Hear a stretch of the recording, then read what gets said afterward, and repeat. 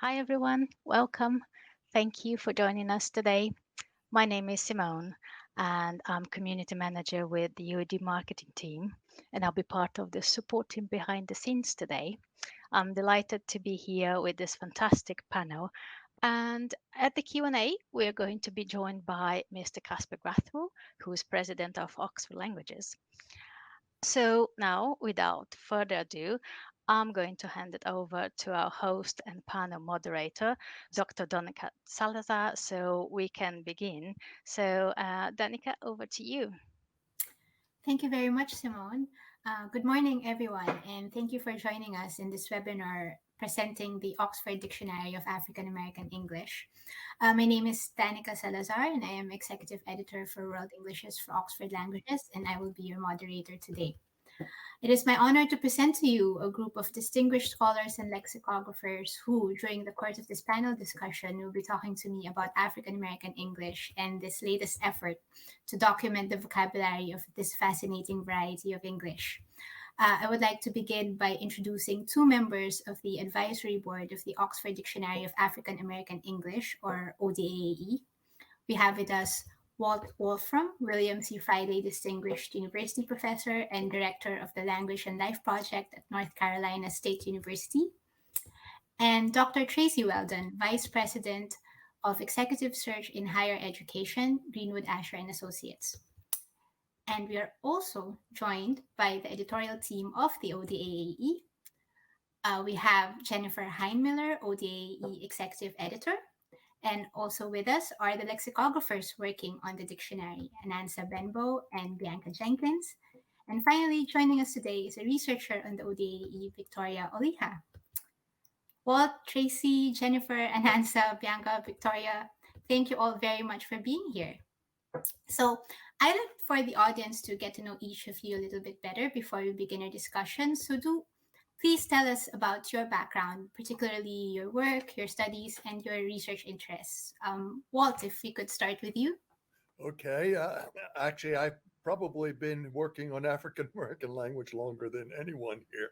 I wrote my first book on it, on the study of Detroit speech in 1969.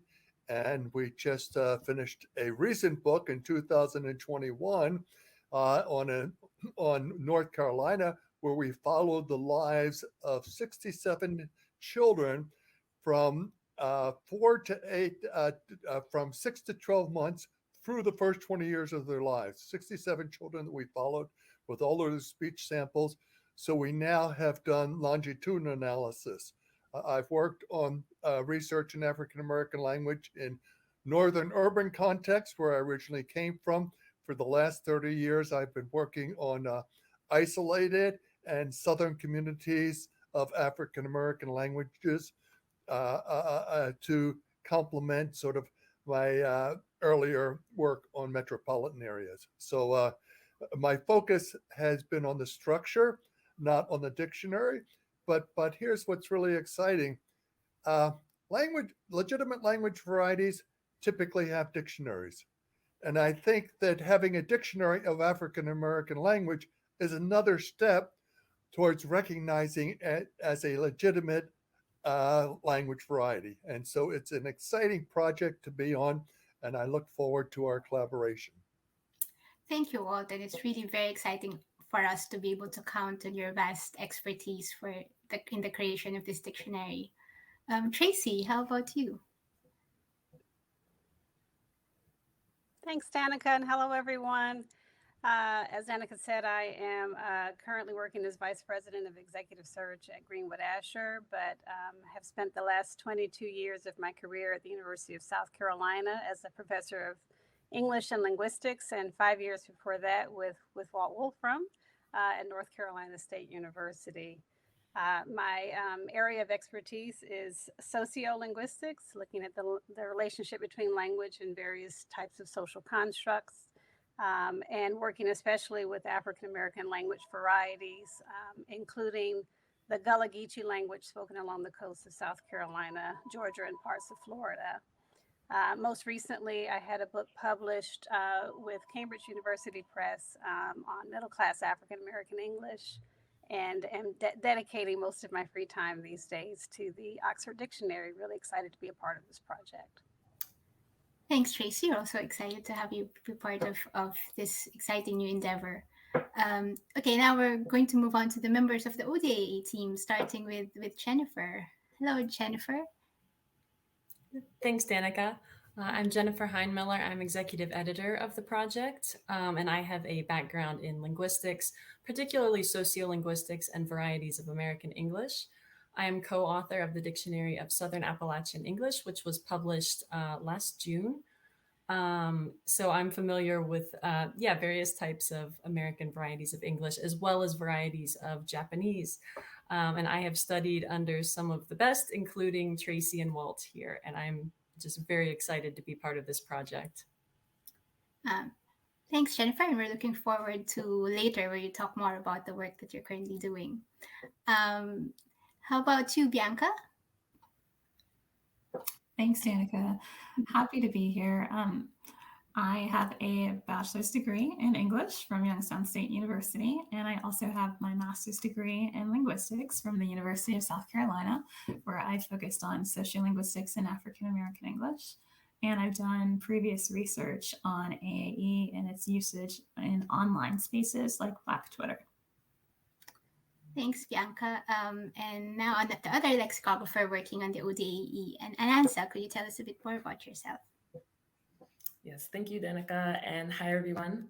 My name is Anansa, and I'm currently based in New York, and I got started with linguistics as an undergrad student at the University of Rochester. I knew nothing about it, but once I started, I just started to see so many parts of myself and my family, and I was so drawn to it. And then most of my professional experience has been supporting Black students and other multilingual students in education. And that's what led me to get my master's in applied linguistics from Teachers College at Columbia, just because I was curious about Black students' experiences in schools. And then, but as a grad student, I was able to do some fun stuff. And so I'm really excited about two projects in particular. One was my MA project, which discussed the use of the phrase "I so boom" as a pragmatic marker or a discourse marker. It depends on your school of thought, but I don't want to ruffle any feathers. But looking at that in storytelling in African American English, and also looking at vocal sampling as a discursive tool in hip hop. And then overall, just because I love discussing Black language, I started the podcast, the Black Language Podcast, really as a way to take the conversations I was having with my family members and my friends to just a larger Black community. And because I just feel like it's empowering for us to know more about Black language. And that's really why I'm happy to be here and a part of the project. Hey. Thanks, Anansa. I'm such a big fan of your podcast, which we're going to talk a little bit about later as well. And finally, we've got Victoria. Hello, Victoria. Hi, thanks, Danica, and hi, everyone. My name is Victoria. I'm one of the researchers on the team. My background is in history, specifically like West African slave trade and linguistics and second language acquisition. For my master's thesis, I worked with some AE speakers learning foreign languages and trying to see like, what does it look like learning a foreign language through like standard American English in the classroom and how that affects speaker identity and perceptions of other speech communities. And just really happy to be here. Thanks, Victoria.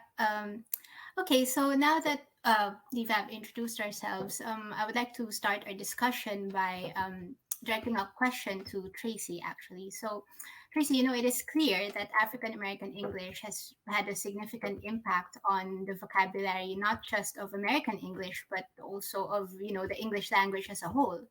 There is a considerable number of common English words and phrases that we can trace back to African American usage.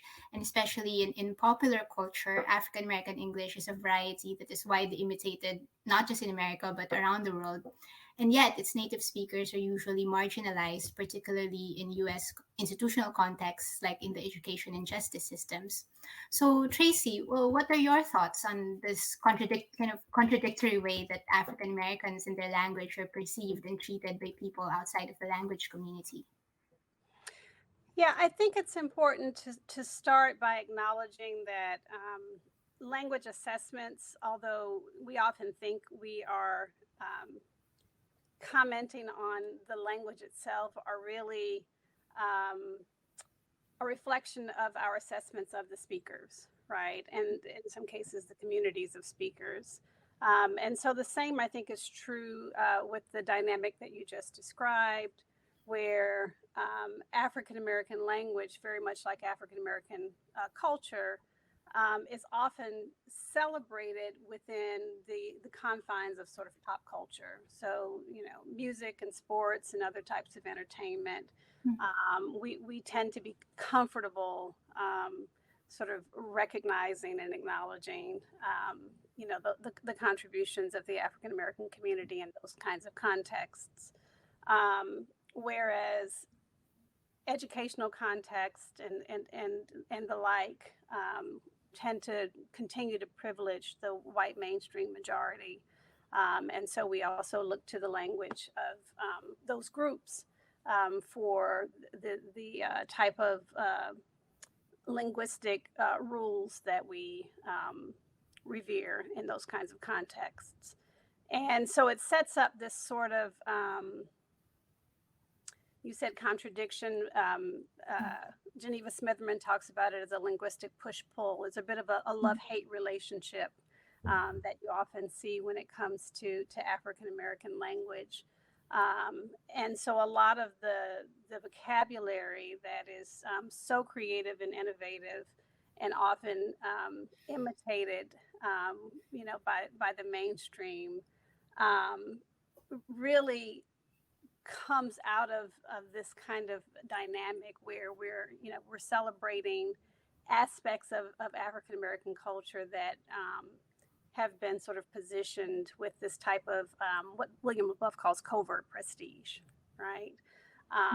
And the overt prestige of the white middle class majority language, it sort of marginalizes other aspects of African American vernacular English. So I think what one of the goals, I hope, of the dictionary is really to bring some of those aspects of African American language and culture that have been imitated, and not always necessarily with credit being given to the African American community, into a space where they can have the sort of platform to be recognized for the contributions that the African American community has made to counter some of the myths and misunderstandings about these language assessments and our sense of what good English and bad English are, right? Because as linguists, of course, we know that those are linguistically arbitrary. They really are reflections of,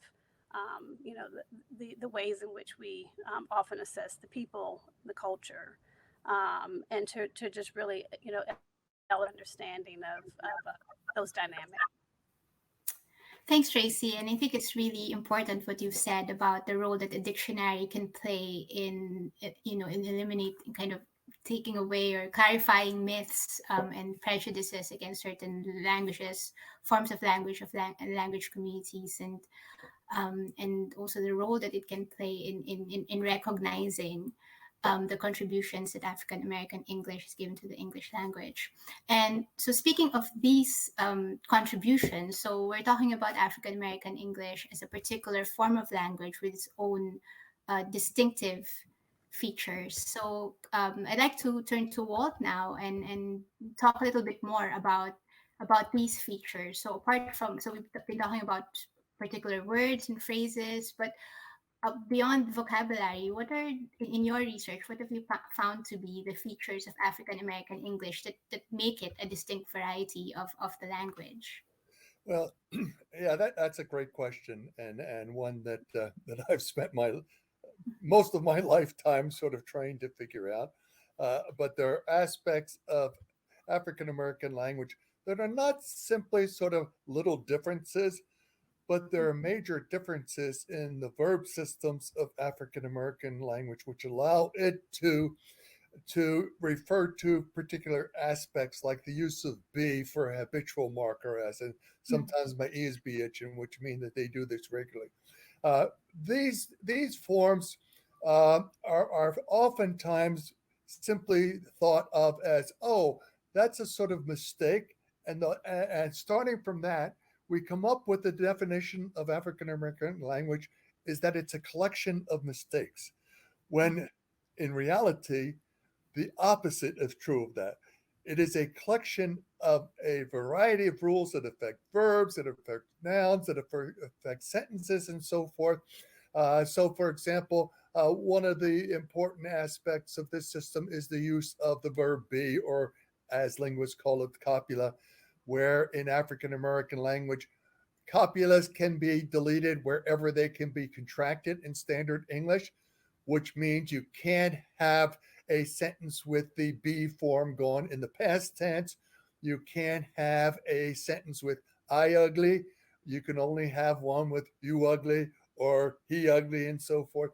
So these sorts of dimensions we focused on, and they go along with the sort of lexical items of difference. And one of the things that it has that makes this project so important is because we have a number of dictionaries of slang and dictionaries online that talk about African American slang.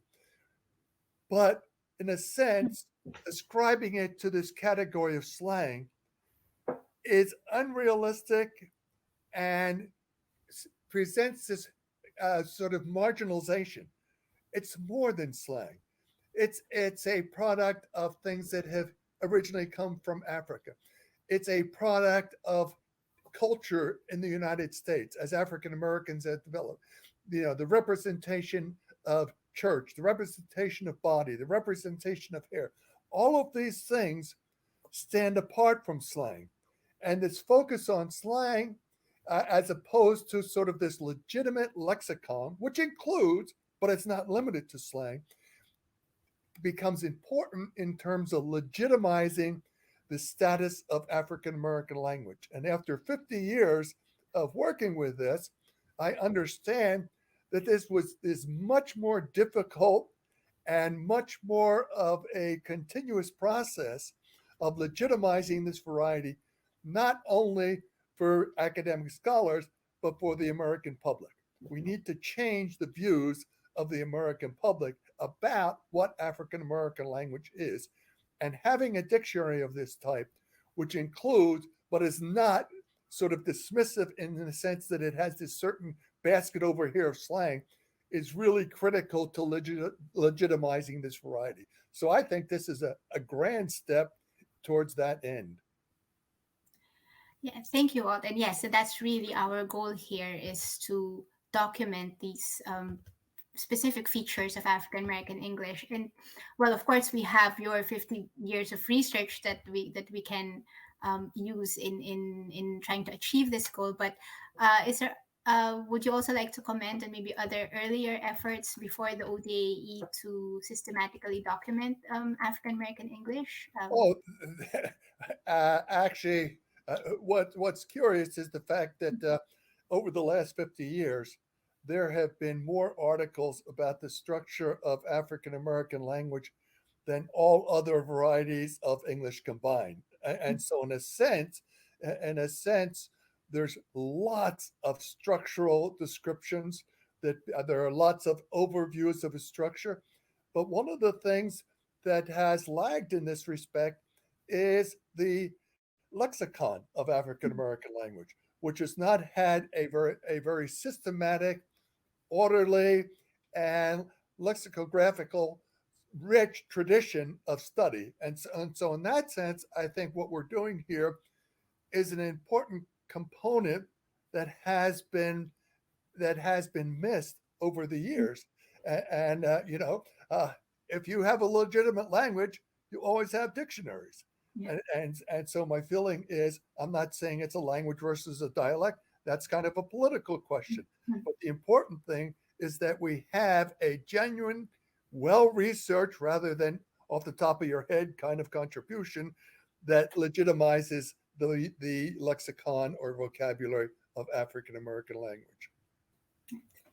Yeah, and well, I'm also struck by what you said about this misconception of African American language and other, marginalized varieties of English and other languages being just a collection of mistakes, which is exactly the opposite of what it is, because it's a form of language that has its own internal rules. Yeah. And those rules are actually things that you've looked at yourself, Bianca. You mentioned, when you were introducing yourself, you mentioned the MA that you did, and for that, you looked for your MA research. You looked into the internal rules of African American English, so you could identify tweets on Black Twitter that weren't actually written by African Americans. She thinks just really fascinating piece of research. So, could you explain a little bit what those rules were that you found, and why it's so difficult to fake, being a speaker of African American English? Yes, thank you. For my master's thesis, I researched a really troubling trend of self-proclaimed white supremacists creating fake Black Twitter profiles. It was a direct result of the Black Lives Matter movement in the 2016 presidential election. And there's actually a website with a blog post dedicated to this practice that gave step-by-step instructions on how to make these fake accounts. You go online and grab a picture and make up a name. But most importantly, there were instructions on how to talk like a Black person. So as these new accounts started to flood Black Twitter users weren't fooled by the accounts, and they actually created the hashtag Black Twitter Block to report the account to each other and kind of give visibility to this situation. So I analyzed accounts that were reported to the Black Twitter Block hashtag, and I looked specifically at their language use, and I found a lot of things. But an example of what I found is what Walt mentioned is habitual be, and kind of the misunderstanding of how it marks a recurring action. So the blog post actually encouraged people to say things like, "I be seeing you again tomorrow," which would be ungrammatical in African American English. And it would make more sense to say something like, "I be seeing you every day."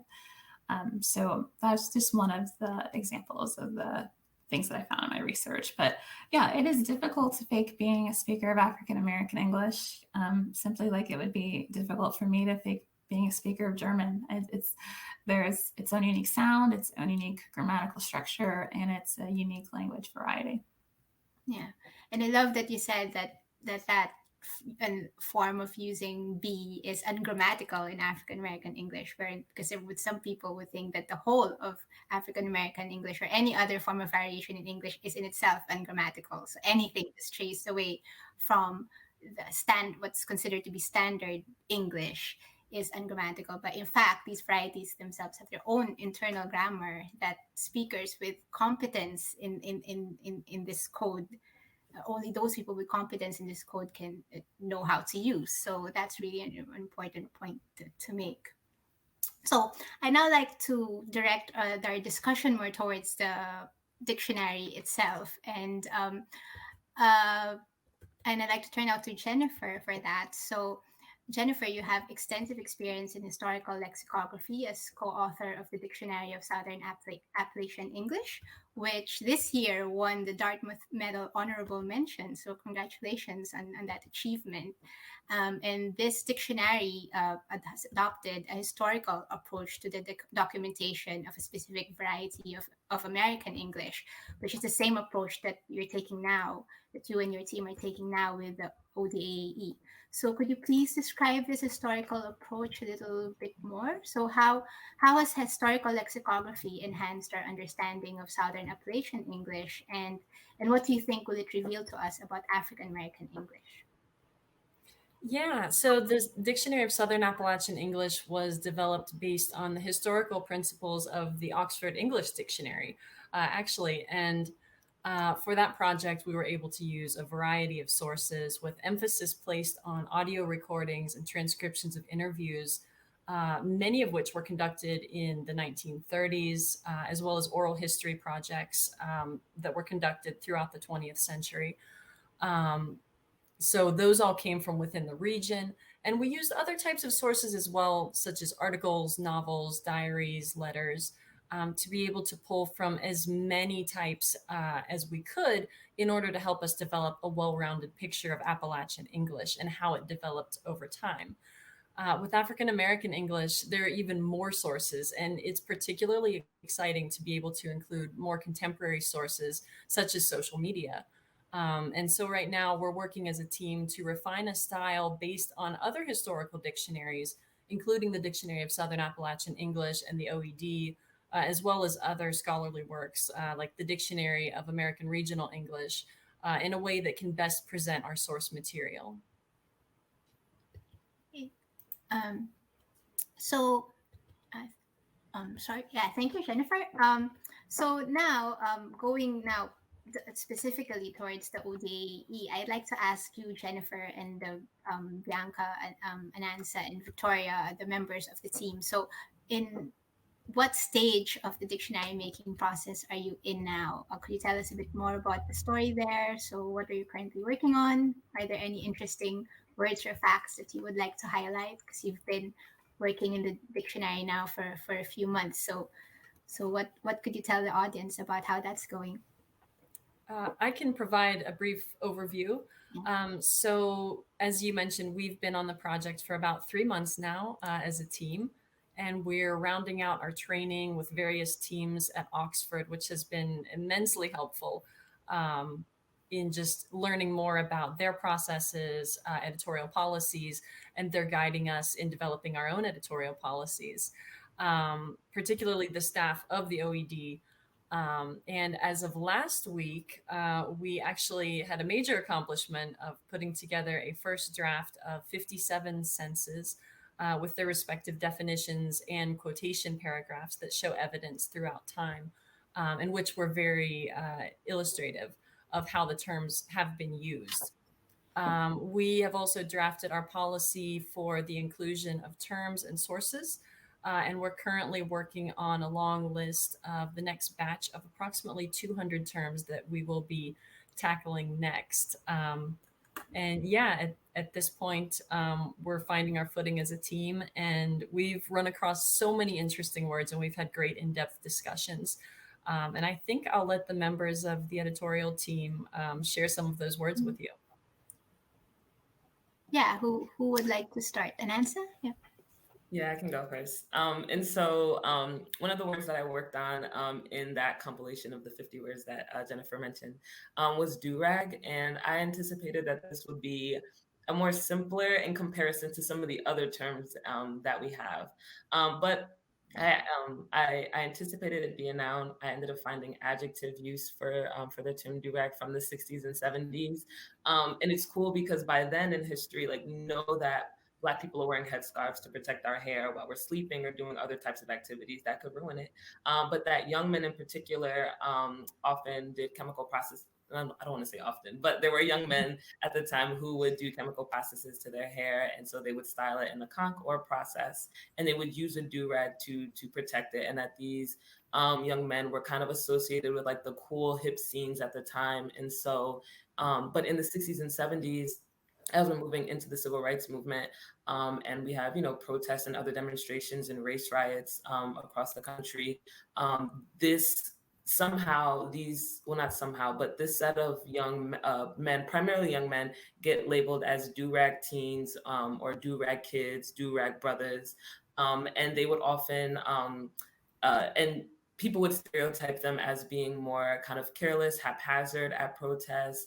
But what I saw that was so interesting was it seemed like these were just young people who wanted to get involved in what was going on. It really reminded me of today, the way that we talk about the youth protesters around Black Lives Matter as being described as like, just rioters and looters, where for me, I see the comparison. It seems like these are young people, young disenfranchised youth with no institutional power, kind of reclaiming power in the most accessible way they can, and just responding to things like education and youth programming being defunded and watching their families struggle with the impacts of racism.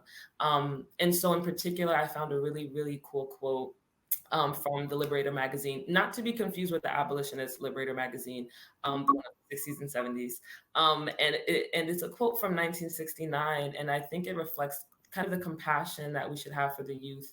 And it says, the African captive whose bones are lying somewhere on the ocean's floor of the Middle Passage is as much our brother as the do-rag rebel. And there we have that really cool adjective use of do-rag rebel, but also kind of the compassion and community building around that. So I thought that was really cool. Really cool.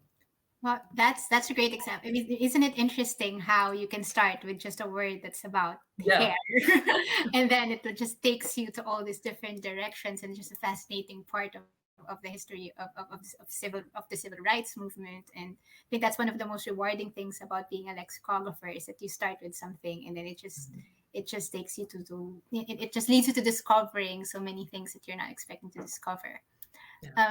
Bianca, how about you? Any stories you'd like to share? Sure. Yeah. So I don't know if I can follow that, but I can speak to the fact, kind of as you just said, Danica, as we start to research terms, they inform other ones. And it's been a really exciting process because more and more terms are popping up in our research. And we have a lot of research already done in hair terms. So one of the phrases that I've researched was fried, dyed, and laid to the side. And I had a lot of fun with that one because that is a phrase that my mom has said for years growing up. I heard it all the time. And it is of a hairstyle that is straightened with heat, and then it's dyed a certain color and styled intentionally, whatever way you want to style it. But it's just fun. So we can find, really fascinating bits of information that just fun to research. Thanks, Bianca. Victoria, how about you? So one of the words that I was researching was DAP. And at first I thought this is going to be so easy. I know what DAP is, just give me some DAP. But as I was looking into it, I realized there were 3 senses. So there's a noun, verb, and adjective form of the word. And the earliest form is the adjective sense, which is kind of a shortened form of dapper. So like stylish, fashionably dressed, which comes from the 1950s. And then DAP, like the handshake or the greeting, shows up in the 1970s during the Vietnam War. So it's just interesting to see a term that I thought like I knew exactly what it was and where to find it. There was a lot more to it. Yeah. Actually, Victoria, I would like to ask you if you could explain a little bit more about the research. You're a researcher on the project. So what are the resources that you use in researching these words? Yeah, so we use like a very wide variety of resources. We use books, TV and film, lots of newspapers, social media, Twitter, corpora, anything we can really get our hands on. We've had a lot of help from Harvard and Oxford. They have really great collections of databases that are especially helpful with historical research.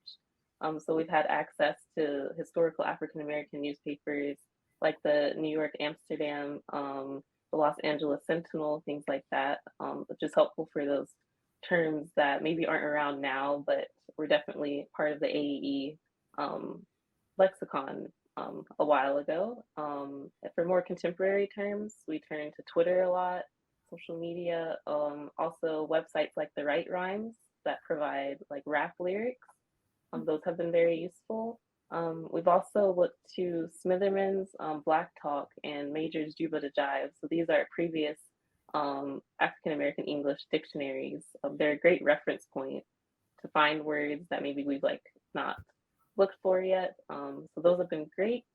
And we also have on the ODAAE website a crowdsourcing form. So anyone who's like found a word that they like to be considered, you can fill out that form there and we'll receive it and we'll consider it to be included in the dictionary.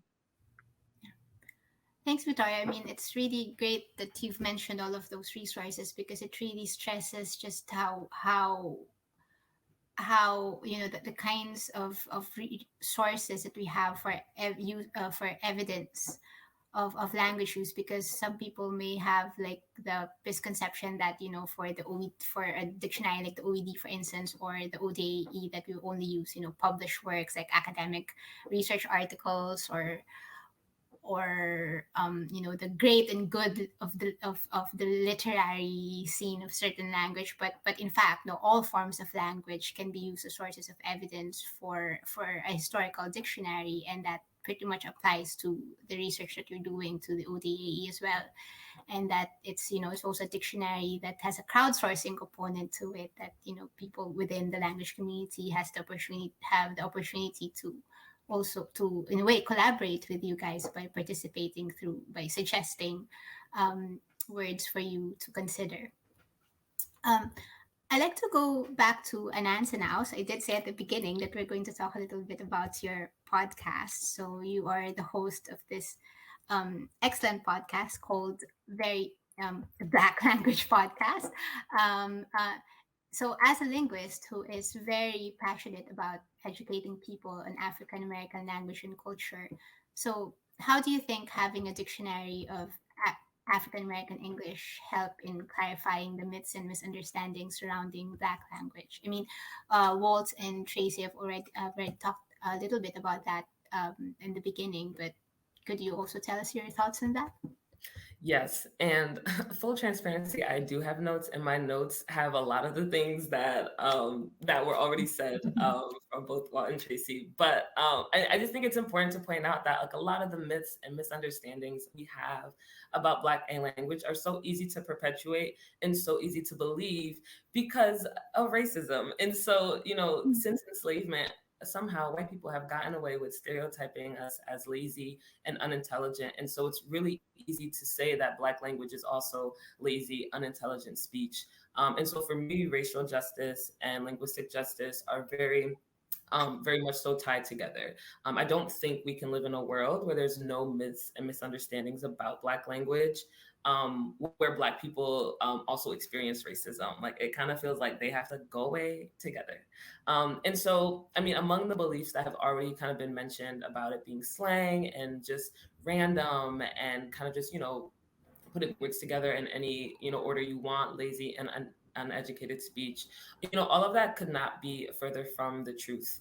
We know that now after decades of study that it is, in fact, a full communicative system, which means African American English has everything you need to communicate. And we know it's systematic and well governed. And so that means that there are things you can do and there's things that you can't do. And so it's not just a random combination of words and sounds, though that's what many people believe. And so as linguists, a big thing we focus on are patterns in language to show that something is systematic. And though the dictionary will talk about etymology, it'll show pronunciation and have notes about grammar and such, we focus heavily on the lexical items. And so what you'll see is rule-governed use of these lexical items, and that will, immediately just refute, the myths and misunderstandings, because it's like, here's the evidence right here. And so, and the reason why it's important to combat these myths and misunderstandings is because, it's so much larger than just, misunderstandings, and even for people who perpetuate these myths unintentionally as well. And so for me as a Black linguist, my work is always kind of about how can I, use what I know to benefit my community, to contribute to it. And so a lot of these ignorant comments, whether they are intentional or not, they really attack the identity and culture of Black American people. And so as a result, many of us will develop subconsciously will believe that these things are true about ourselves and about each other. And so with the dictionary, what we have is a record that will describe the use of our lexical items over time and across regions to add to the legitimacy of that language. And Black people will benefit when we legitimize, when we add to the legitimizing, not me not knowing a word about dictionaries, but it adds to the legitimacy of African American English. And up until this point in my career, I've done work with Black youth and other multilingual youth. And so, my hope is that these myths, that as we uncover these myths and misunderstandings, that Black youth don't have to deal with comments from teachers and, other adults about quote unquote mistakes that they're making in schools, and that there is a sense of empowerment there. Because as a society, we lose so much when we raise Black children to not see the value in our history and culture. And Dr. Geneva Smitherman has this really cool quote. I've used it so much that I think I might have memorized it. But she says, we label, now I might have forgotten it, but she says we label, inner city youth as being deficient, and not like allowing them to like see their genius. That is a summary of it. But also, I do think that, American society as a whole loses out when we don't value the contributions of African-American people. And so with this dictionary, you can't deny the value or the legitimacy of African-American English.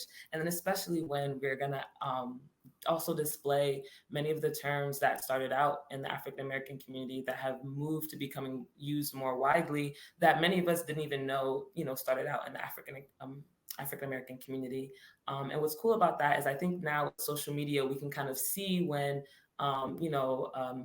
media campaigns for companies will use AAE. We can see when, folks outside the community might misappropriate a word. But what's cool about this dictionary is that we're going back decades, so we can see early examples of that happening.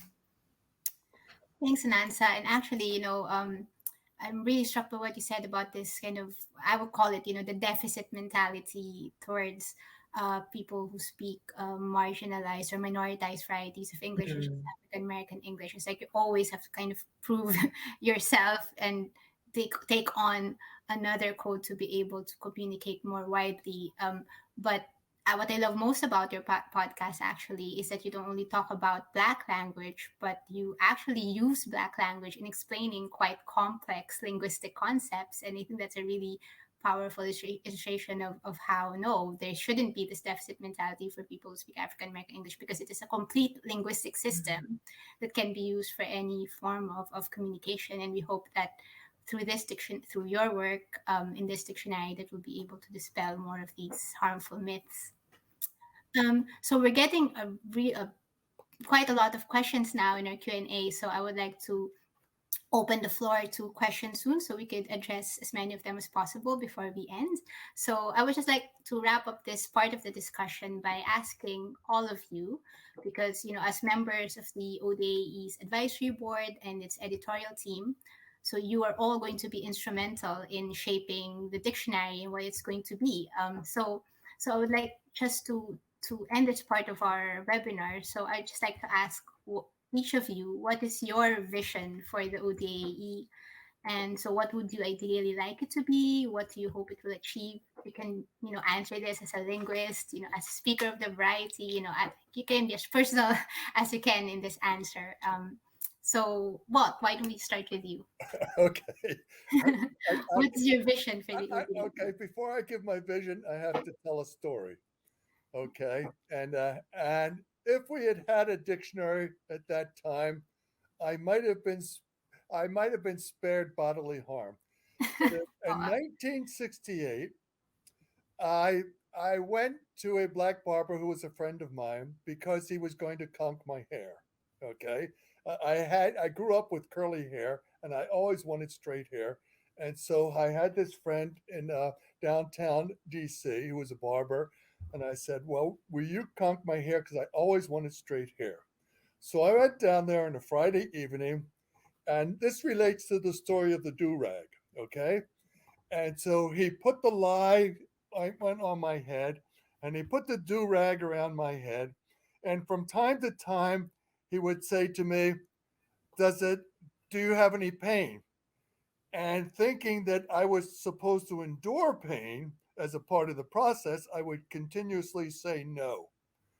Well, by the time he finally didn't ask me anymore and took the do-rag off my head, I quickly had to run out of the shop, went home, and found out that my lying, because I didn't know that you were supposed to tell him when it really was painful, my whole head was burned and I lost all of my hair.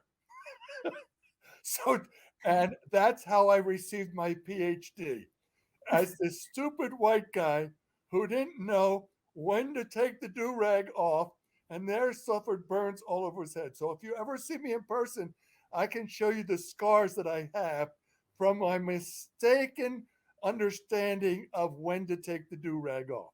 So I have to, so I have to start with that story. But to me, the critical component here is that this is all a process of legitimizing African American language.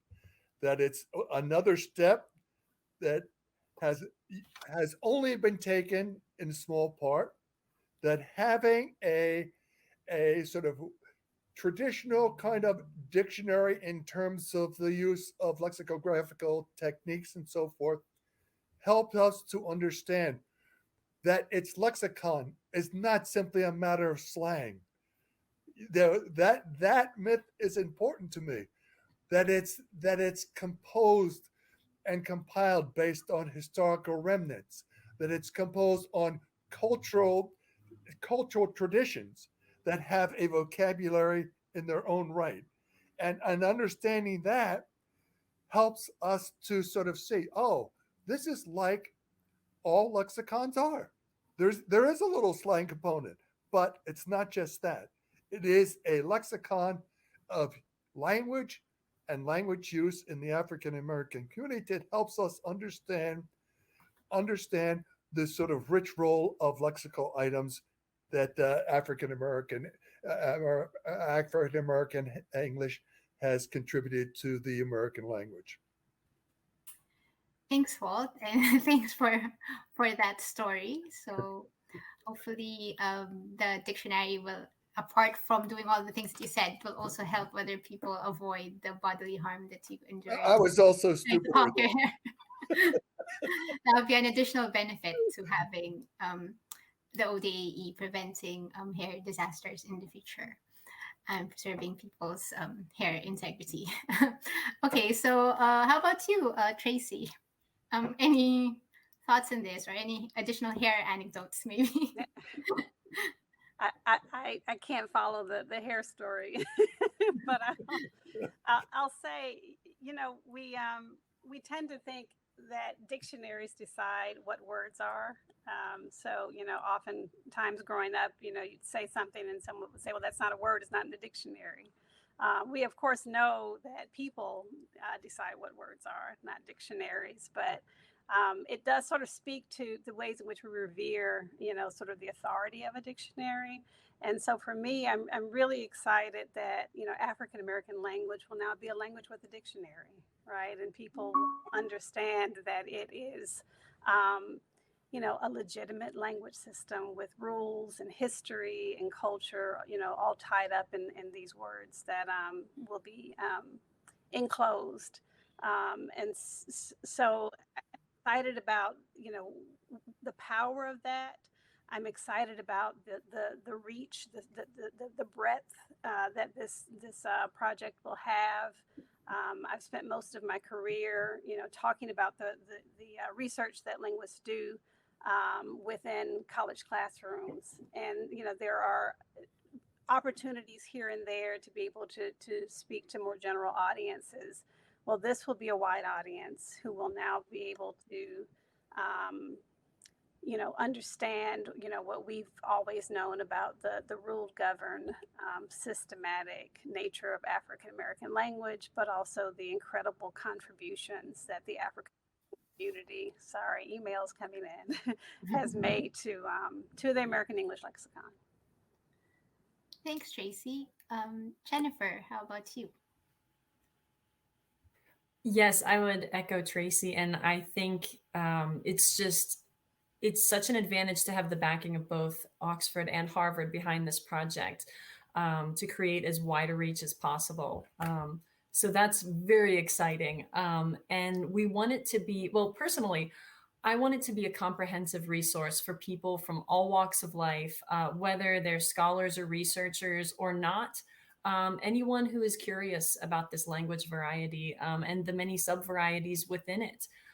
People from all backgrounds, just to learn and explore all of the rich layers of the variety and the history and culture that goes along with it. It's really going to be a celebration of the speakers and the culture.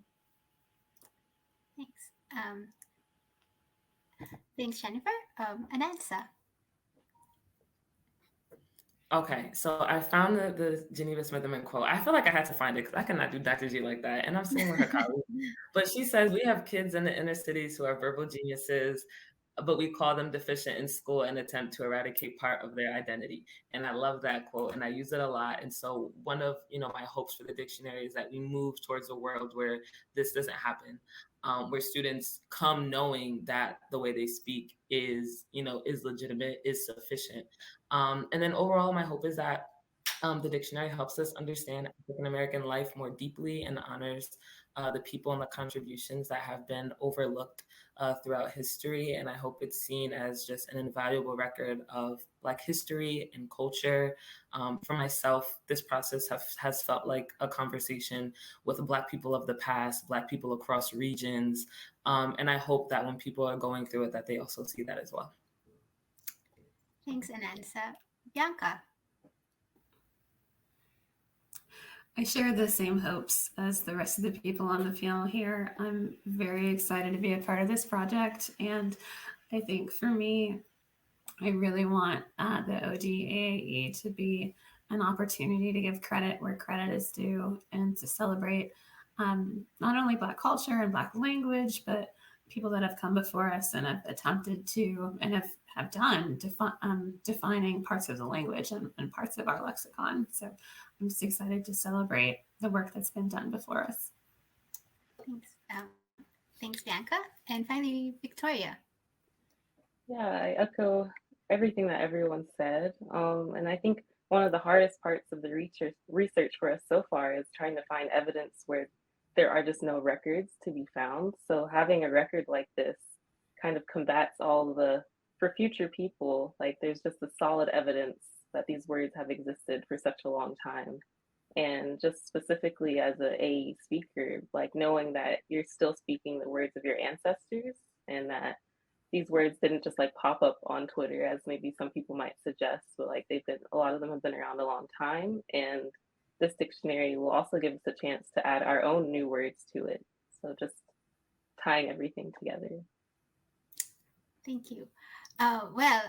It's really gratifying to hear that we all kind of have, a similar vision and similar hopes for the ODAE and what it can accomplish once it's finished. So I'm really, on behalf of my colleagues in the ODAE who have been working with you in the past few months on this project, we're really happy to be sharing this vision with you and we're really looking forward to spending the next 3 years working on this project with you, and I'm really excited to show everybody in 3 years' time what the fruits of all this work.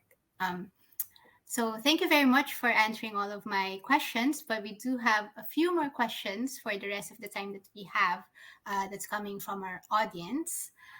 So we're just going to spend the rest of the webinar answering these very interesting questions that people are bringing up in the Q&A. So we've given our audience the opportunity to vote on these questions. So I'm just going to read out the most voted ones, the ones that people are most curious to hear the answer to. And we now being joined by our Casper as well to help answer these questions. Welcome, Casper. So our first question that we would like to answer is from Jackie Stanford, who is a Jamaican American, and she would like to ask about steps that will be taken to identify and attribute etymology where appropriate to Caribbean influences, particularly from Patois. Anyone on the team who would like to comment on this?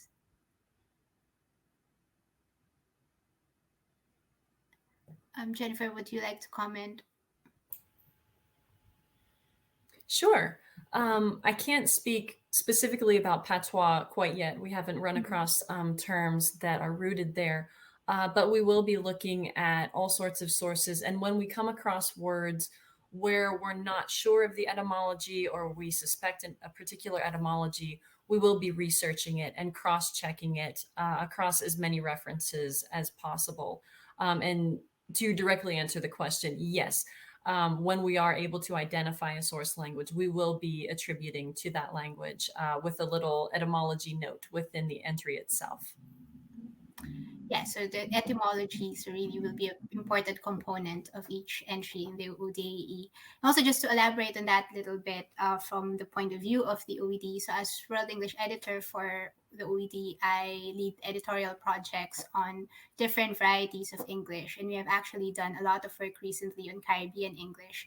And when we were putting together this project to create a dictionary of African American English, one of our hopes as well is that in creating this dictionary, that we will be able to link African American English words to their sources, if possible, if they come from another variety of English, maybe a Caribbean English or maybe an African English, that to be able to link to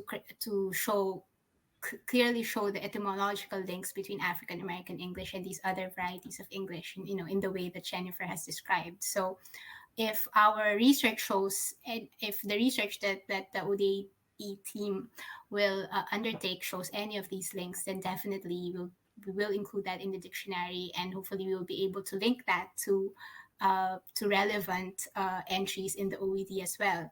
And as you know, these varieties of English have their own dictionaries. So, for example, Caribbean English has a dictionary of Caribbean English usage. There's also the dictionary of Jamaican English. Both of these are historical dictionaries, similar to the OED and similar to what the ODAE will become as well. So it would be wonderful if you could be able to find a way to link these different varieties of English together through these different lexicographical works. Yeah, and also Caribbean dictionaries are developing. I mean, one of my students and a native developed a dictionary of the island of Saba in the Caribbean. That was the first dictionary they had ever had for Saba, and that's an important milestone. And other varieties are doing this.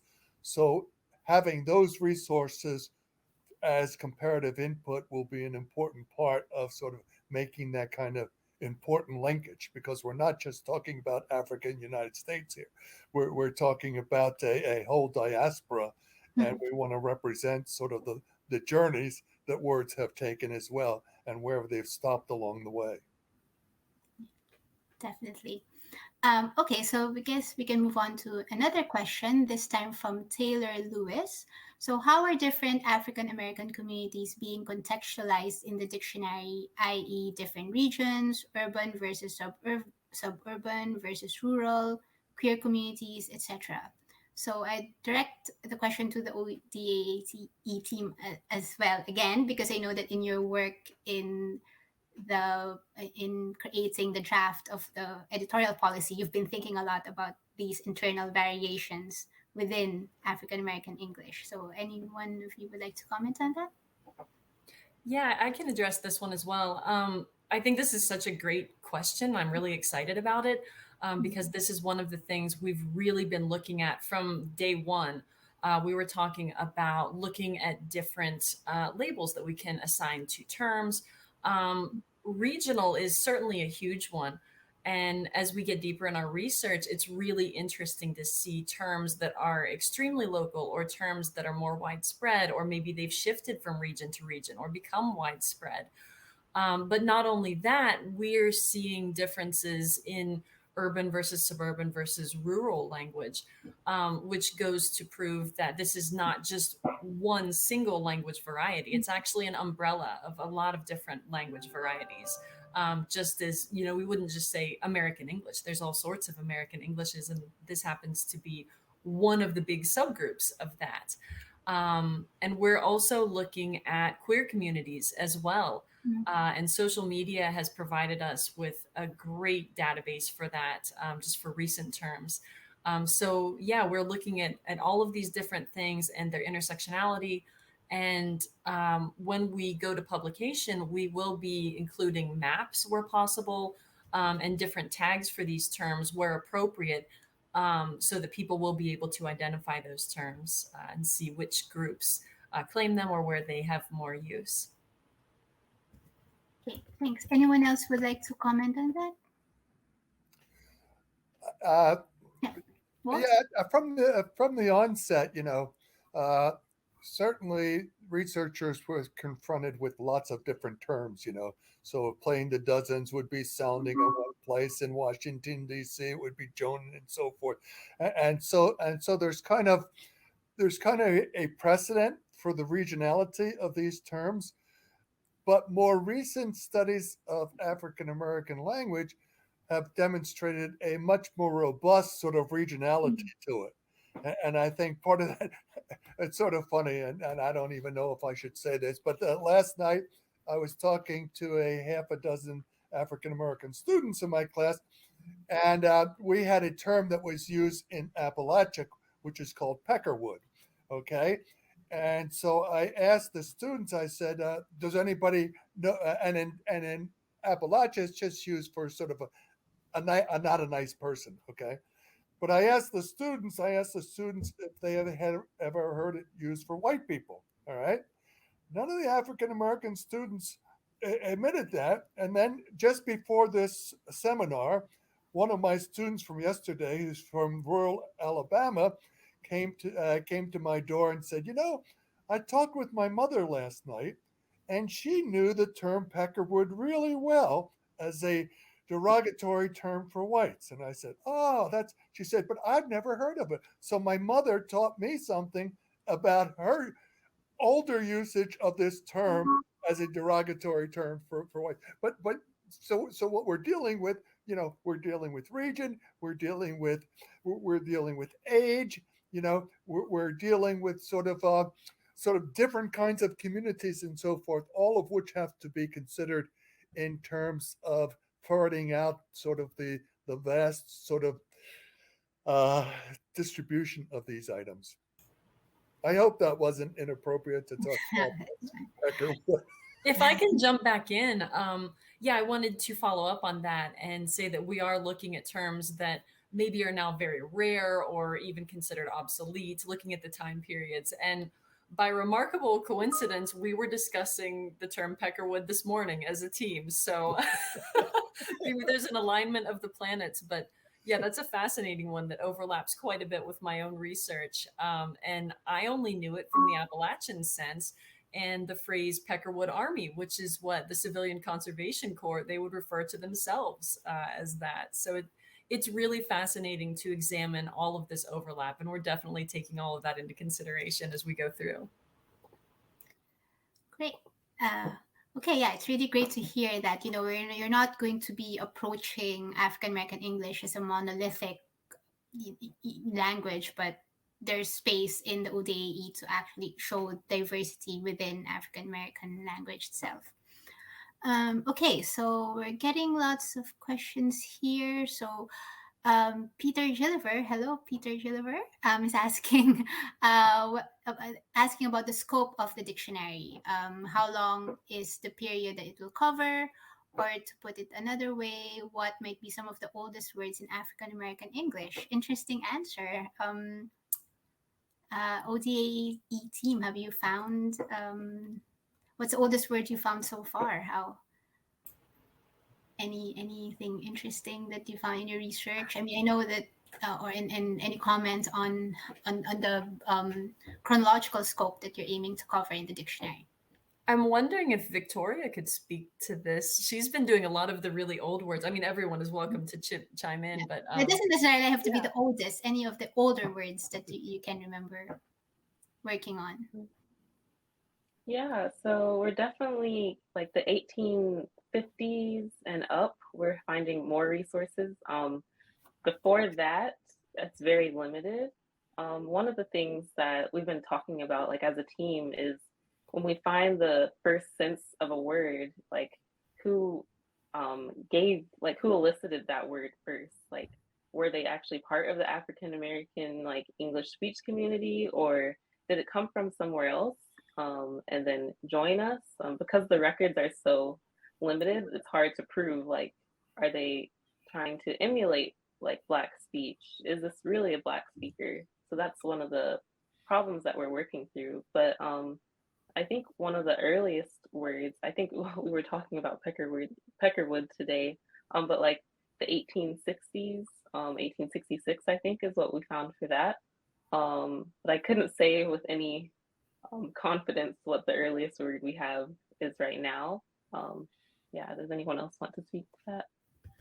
I was just going to jump in and say that also words that that came from West African languages that like stayed in the lexicon of Black people. So things like okra and goober, tote, things like that. To so like it's like how old are those words if they're like coming over, like coming across, right? And so, but like that's kind of where my mind went in terms of just like some of the oldest terms that may be in the dictionary or that will be in the dictionary. Okay, great. So maybe we can move on to the next question from Kevin. So will the dictionary have an online base or be part of an online base like Merriam-Webster or Oxford? Maybe that's something that you could comment on, Casper?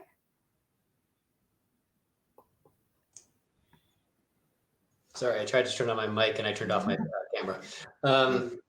Hey everybody, fascinating discussion. I'm really an observer of the webinar, and just to say so far, I'm just so interested and so impressed by everything I'm learning and what you're sharing. So thank you. As far as that question goes, yeah, the plan. I mean, we are still working through the publication, the details of publication. So will there be a print component of this, and what will that dictionary look like? What is the online version's functionality going to be? How do you access it, and in what ways? We're still working through a lot of those details, but there's no question that it will be, and it was designed really primarily as an online research tool. So it will be an online database. It will. The way we'd envisioned it is that it's a companion to and will sit next to the OED, and there will be a lot of opportunity to cross-reference and go back and forth between those sources as well, but that it's an independent database of its own, and that it will definitely have that online presence as a portal for research from a variety of types of uses. Okay, thanks, Casper. Jennifer, was there anything else you wanted to say with regard to this question? No, I think Casper Okay, covered thanks, it. Casper. Okay, great. Moving on now to a question from Taylor Robinson. So in the future, how can the dictionary also be inclusive? So talking of variety within African American English, so how can the dictionary also be inclusive of different types of African American language? For example, Black deaf culture and nonverbal communication. Anyone would like to comment on that? I mean, of course, the ODAE, as we have mentioned, is still in its very early stages. So, but we recognize that it's just quite important to also look into other forms of communication, such as those used by deaf people in nonverbal communication. And we're hoping that the fact that, as Casper said, that this is going to be an online dictionary will give us more scope into including these types of information, in much more easily than we would if we were going to have just a print dictionary. So although it's still too early a stage to determine how we can admit all of these nonverbal information into the dictionary, it's certainly something that we could consider. Actually, as the executive producer of Signing Black in America last year, which was a film about the Black deaf community, and it was eye-opening to a lot of people who never really understood.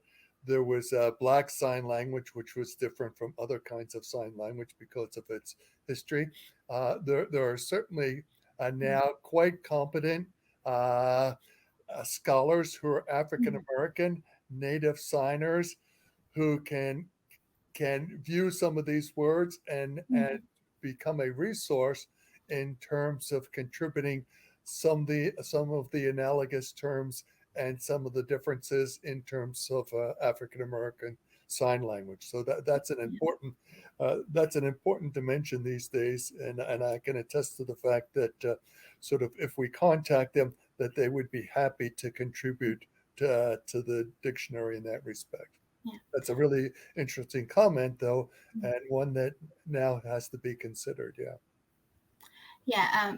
That's And also just just one to of the- say, sorry, thanks, Walt. And also just to say that the lexicography, the documentation of Yeah. sign language is also, it's a very specific type of lexicography as well. So a dictionary Right. of sign language it's a documentation that has its own particular requirements. So, Exactly. Yeah. but it's important also that, but I agree with Walt with what you said, that having the ODAE means that even though we may not be able to include this information in the ODAE itself because it's beyond the scope of the dictionary and the expertise of its lexicographers, because certainly, we're certainly open to working with people who are specialized in these types of Right. language in creating their own documentation of African American or Black sign Yeah. language. Right. So if we can go now to another question from Alec. Can't read the whole name, but the last name I think is Grosso Gamprel. So it's a question about terminology. So there are a number of different terms being used simultaneously to refer to the language: AAVE, African American English, African American language. I think during our discussion, you both used African American English, Black language, African American language to refer to this variety. So my question, this question concerns the position one takes in calling the language by one of these names. What are the implications of using vernacular in light of the history of the language as a written language? And further, in calling the language African American English, does one perform a violence or perhaps undermine the autonomy of the language with the emphasis upon English? Is the reference to English necessary? Anyone would like to answer Yeah, this question? Yes, I'd love to Tracy. jump in. Yeah, I appreciate this question very much. I think it's an important question. I think it's one that the advisory board should take up, sooner rather than later. It is a debate to some extent, even within the community of sociolinguists who study African American language varieties.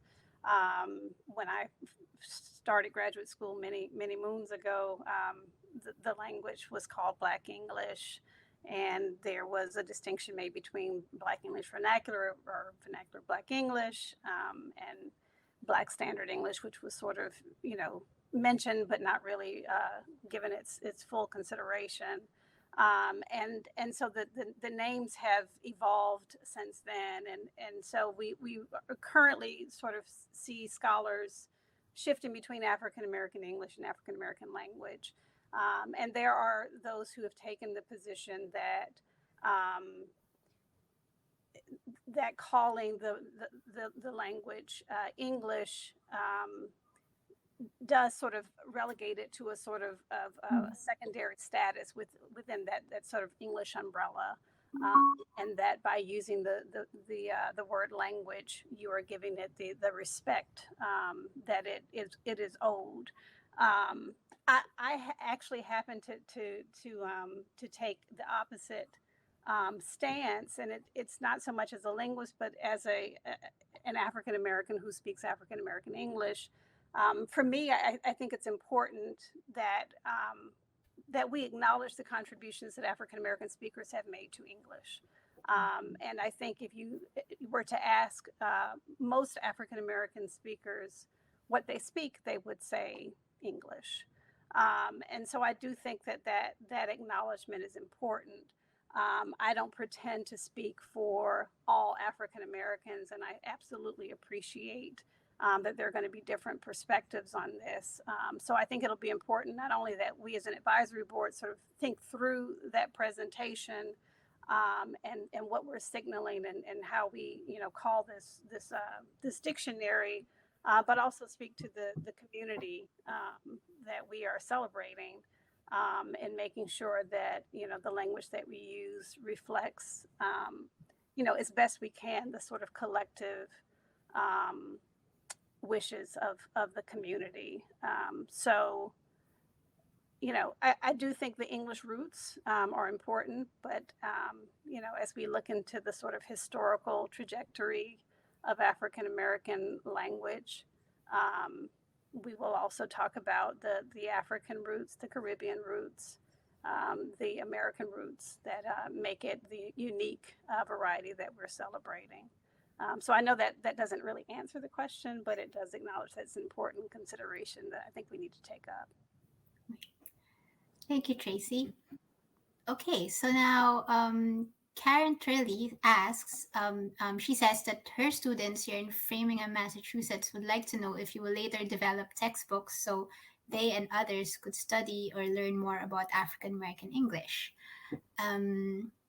Well, if I could take this question, I mean, we are, in Oxford language, we are lexicographers, so we make dictionaries, lexical data sets, and things of that nature. But it would also part of our vision for the ODAE that if once it's out there, if it could be the basis for the creation of for other publications that on African American English, and particularly textbooks, I think it's a great idea because having African American English in the classrooms as part of the medium of instruction be an even bigger step in recognizing its role in society. So that'd be great. But I don't know, Casper, do you have any comments on this question? Just to follow up on that and say that I've had, as I've been talking to all of the advisory board members and others who, as the news of the project started to disseminate, sort of have contacted us. And just to say, there's so much interesting in-classroom work right now that's going on around African American English and things like that. And several people have said, I'd like to figure out how to incorporate a dictionary like this when it's available, or some of the work you're doing. How can we collaborate in a way that I can use this in some of my pedagogical work or my classroom activity or projects like that. And so I'm really excited about what we'll be able to do in that way, as you say, that that there will be opportunities for this dictionary to be part of a web and a network of a lot of new resources and projects and activities that are being currently worked on by a variety of really talented scholars and academics and others and teachers, so that all of those together end up providing a much stronger kind of network of resources to be able to draw from. Thanks, if I could just add to that, I mean, there are plenty of textbooks.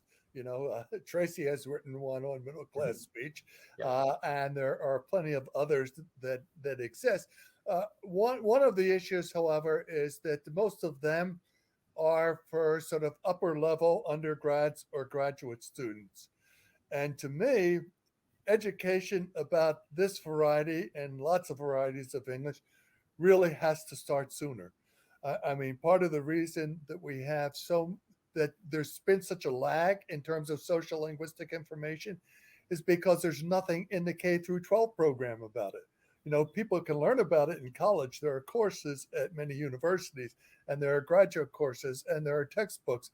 But we also need books that can address kids who are studying sort of, say, the history of a particular state and needs a sort of competent chapter on the role of African American language in that.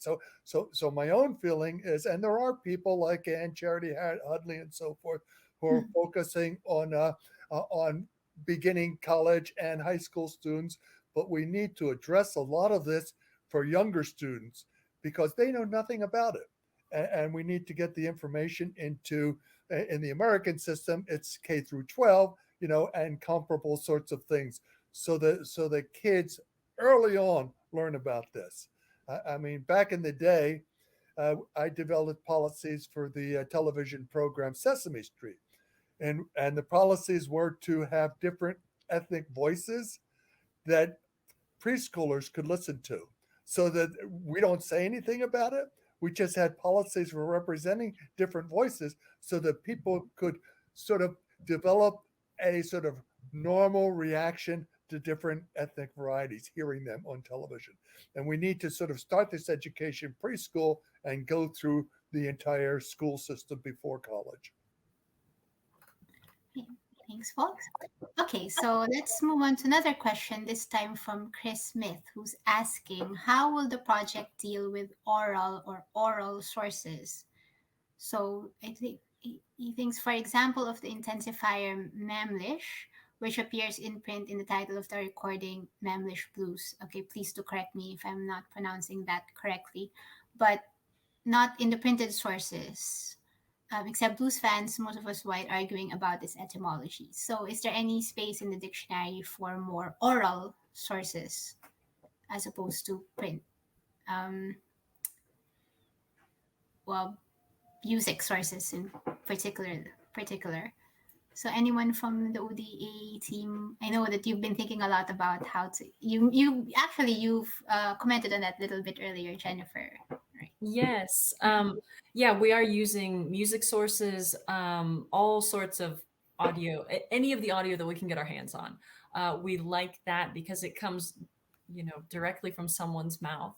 And we also want to give credit where credit's due. As far as transcribing terms, like if there are no printed sources, we will look at others who have, say, mentioned something like Mamlish, and see how they spelled it. But we'll also give a list of spelling variants, as well as a variety of possible pronunciations when we're not sure or when we have it pronounced in different ways. We also would like to insert audio samples where we can, with native speakers of the variety. As far as the question regarding etymology, we do realize that it's going to be a challenge for many terms to really track down the origin and history of these terms. And we will use all of the information at our fingertips through Oxford, Harvard, and elsewhere. But truth be told, you may see sometimes a note saying that the etymology is contested, and those will be, directly from other scholars in the field or other people who have done research, or when we've exhausted all of our possible resources.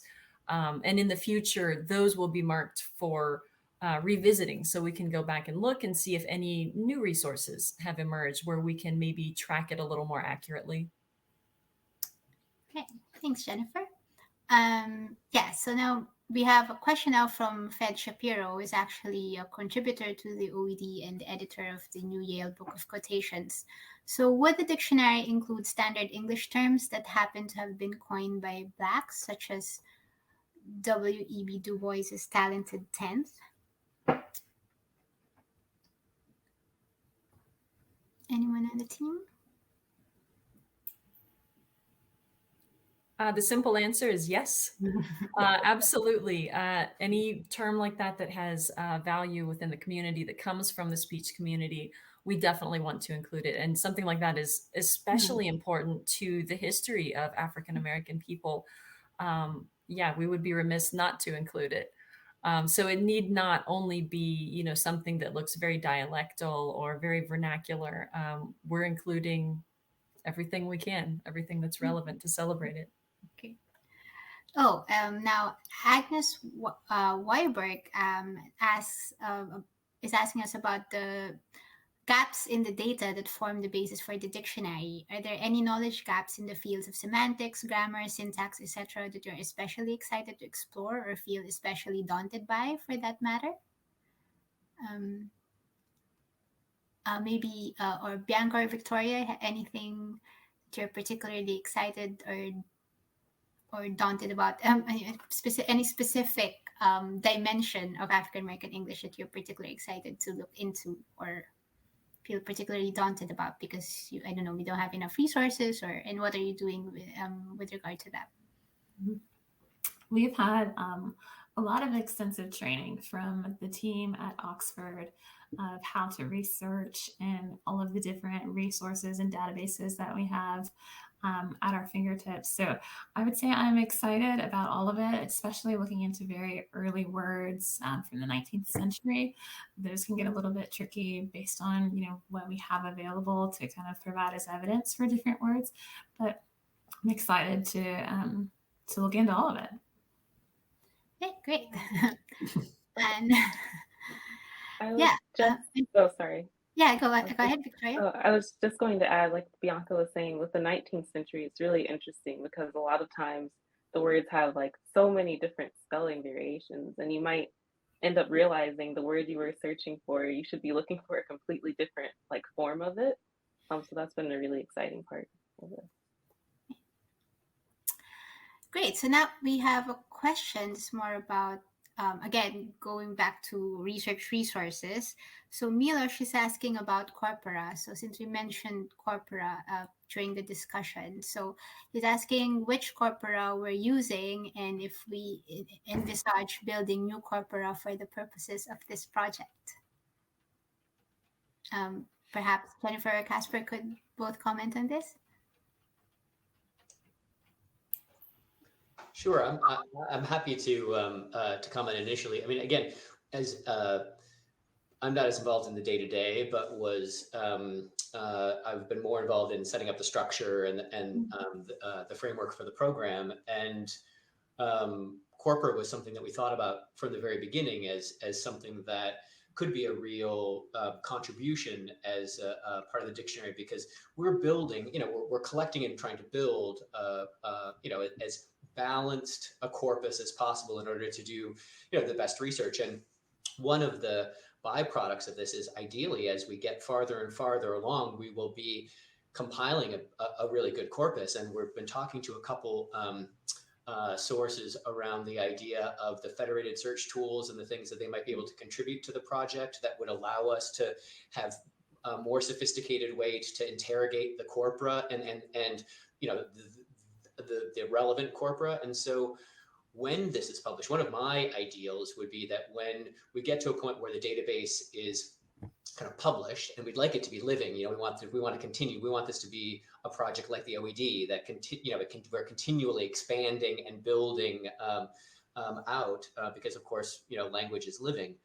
But one of the things we'd like to do when it publishes is to publish next to it the research corpus that is the kind of the main research corpus that we would make available to users, so that not only can you look at terms that are in the dictionary and the work that the editorial team has done there, but it allows you to interrogate that corpus yourself and look at the evidence and be able to make some judgment calls yourself if you're interested. When we publish the dictionary, in 3 years, that's a very short period of time to try to create something that's comprehensive. There will be big gaps in the dictionary, and ideally we will be indicating where there are entries that are on our list and we're looking to, but we haven't gotten to yet, or things like this. And by publishing that corpus next to it, that would allow people to actually also be able to help us. Not only can you do your own research, but then maybe parts of your research can contribute to making it easier for us to move more quickly on the dictionary. All of these things are really exciting because it's exploring new ways of collaborative lexicography and working through a project like this. But we haven't gotten that far yet. I think that what we're really trying to do right now is just establish the momentum of the core project, and then we're going to work on that. But what corpora we have available to us and prioritizing building out access to really good corpora so that our research is as effective as possible, that's one of the priorities of the project. Thanks, Casper. Jennifer, any follow-up? Did you want to follow up on that, or?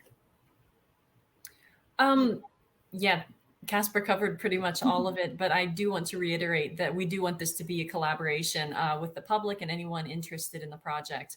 And details about that will be forthcoming. But yeah, we're gathering so many quotations right now, so much evidence from various sources, and anything that ends up on the cutting room floor, not for publication, we're setting it aside to start amassing that corpus, which we're very excited about. Thanks, Jennifer. So we have a comment here from Nikia Ballantyne. It's more of a suggestion than a question.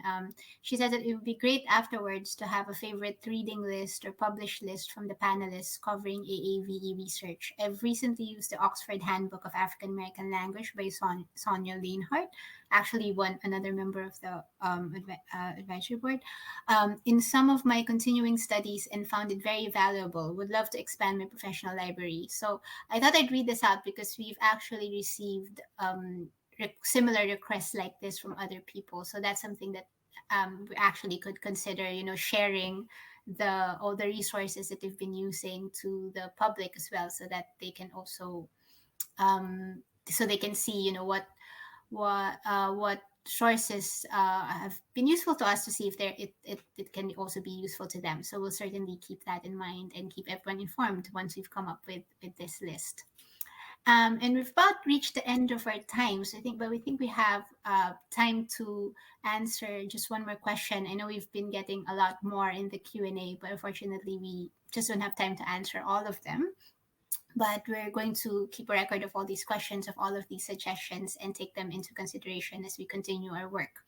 But we do have time to answer one last question, and this is and I think it would be good for all of us in the panel to at least have a short answer to this question as we wrap up.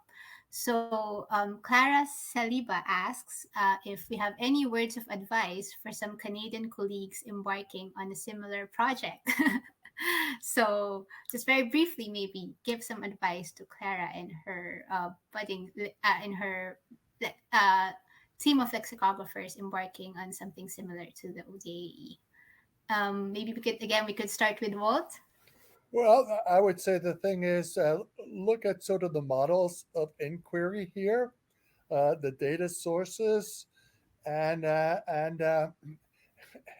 hope that enough of them are somewhat explicit in terms of the resources that we plan to use, the avenues that we're going down, and the kinds of expertise on the lexicographical staff that is very advantageous for a study of this type. That would be my short advice. I think it's a wonderful team that you've assembled.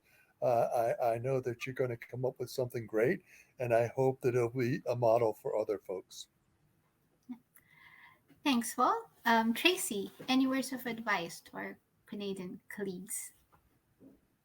Not knowing a lot about the project itself, it's hard to add to that. I mean, I agree with Walt that what seems to make this team work so well is that you've got the wisdom of all of the linguistic research that has been done in the last several decades, along with the technical skills of the lexicographers and all of the resources that Oxford brings to this project.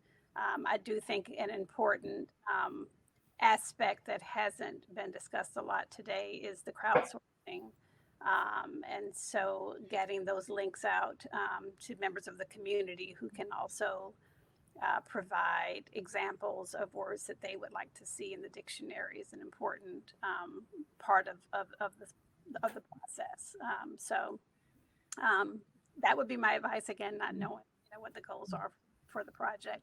And since I have the floor, I really wanted to also put in a plug for John Rickford and Russell Rickford's Spoken Soul, as we were talking about textbooks and resources, depending on the age of the students. I can't remember now the person who asked the question, but if they're at least high school aged, I think it's a textbook that is accessible enough for that age group. I certainly used it in my undergraduate courses, and it's a wonderful introduction to African American English. Really well done. So Rickford and Rickford's Spoken Soul. Thanks, Tracy. Jennifer, any thoughts? I know you've been at this for 3 months, but you also have that work on Southern Appalachian Dictionary. Just thinking about the work that I've done on both projects and other projects as well. Let the speech community speak for itself and give credit where credit's due. Describe what you're hearing rather than trying to ascribe a meaning to something. Look at what's going on in the context. And the last thing I would say is have fun with it. It is really, really cool work. Thanks, Jennifer. I'm glad you think that. um, Bianca, as any advice to fellow new lexicographers just embarking on a project, a new project, just like you are? Yeah, so very similar to what Jennifer said. I would say be prepared to have your assumptions challenged and really let the research inform your final product and what you're going to end up producing, and just be prepared to look at things in new lights and new lenses and look at them over and over again. And how about you, Anansa? Any advice for new lexicographers? Yes. So I guess in addition to everything everyone is saying, the things I wish it's like what I wish I knew before I started, to set aside time. Oh my goodness, there's so many things that I think are not going to take as long as they do, but they do, or things I'll be researching and then I'll want to go down so many rabbit holes. And it's just like, when do I stop working? Because I could be here reading all day, and it's all valuable too, and if it's not relevant now, it's relevant. It probably will be relevant in a couple months. And then I think kind of what everyone's saying in terms of working with the speech community is to really not judge, right? So when you're working with speech communities and kind of like reading, old newspapers, reading diaries, you really have to go on there without any type of judgment, and you really have to see the humanity in what you're reading or what you're hearing or seeing, because this is someone who is using they are communicating an idea, a thought, a feeling. And so it's just, and so to kind of maintain that respect. Thanks, Anansa. That's a really lovely thought. I mean, at the end of the day, language is about communication, and it's about people trying to connect through using language. So it's really important to keep that humanity in mind in the course of our work. Victoria, any thoughts?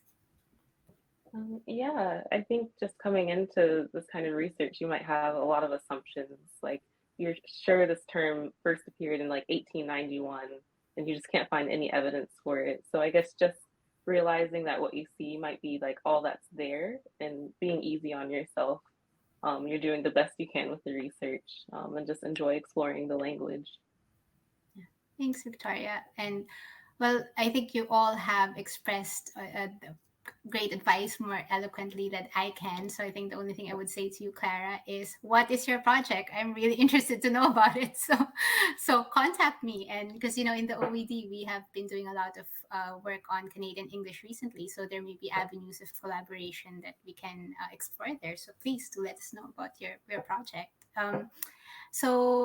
Casper, any last comment, any thoughts or any last comments before we wrap up? No, I think everybody has summed that up really well, and yeah, I'm more impressed with this project now than I was at the start of the podcast. So thanks for enlightening me and everyone who's been listening around the process and that you're going through.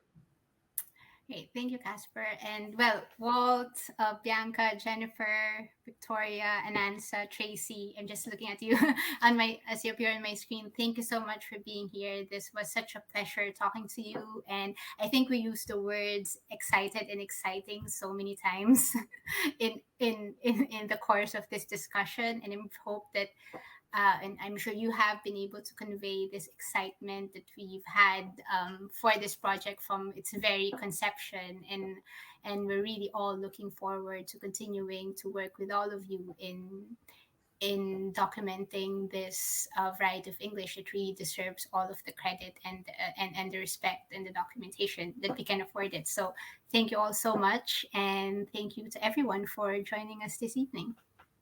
Oh no, this evening for me, and this morning for most of you, I'm sure. I'm sorry. This afternoon.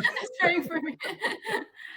I want to say a huge thank you to everyone in the panel for a fascinating discussion. I feel I could just go on hearing from you forever, and I hope everyone in the audience enjoyed it as much as I did. Apologies to everyone who sent in such great questions that we were not able to address today because we are at the end of our time. But as Danica said, all the questions will be collected, all the suggestions will be passed on to all the project participants for their consideration. So thank you so much, everyone. And again, a huge thank you to the panelists, and wishing everyone a good rest of their days, morning, afternoon, or evening. And from us for now is a goodbye. Thank you. Thank you, Simone. Goodbye.